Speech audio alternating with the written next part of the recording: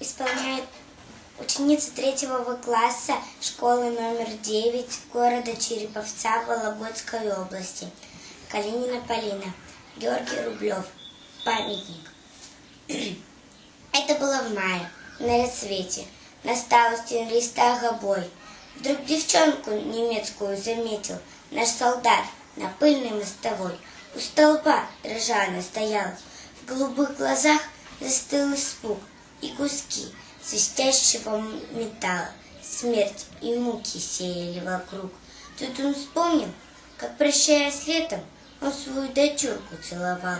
Может быть, отец девчонки этой дочь его родную расстрелял.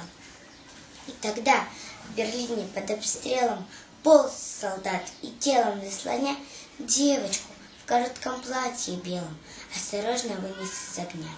И, погладив ласковой ладонью, он ее на землю опустил.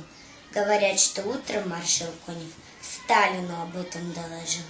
Скольким детям возвратили детство, подарили радость и весну рядовые армии советской, люди, победившие войну. И в Берлине в праздничную дату был воздвигнут, чтоб стоять века, памятник советскому солдату с девчонкой, спасенной на руках. Он стоит как символ нашей славы, как маяк, светящийся во мгле.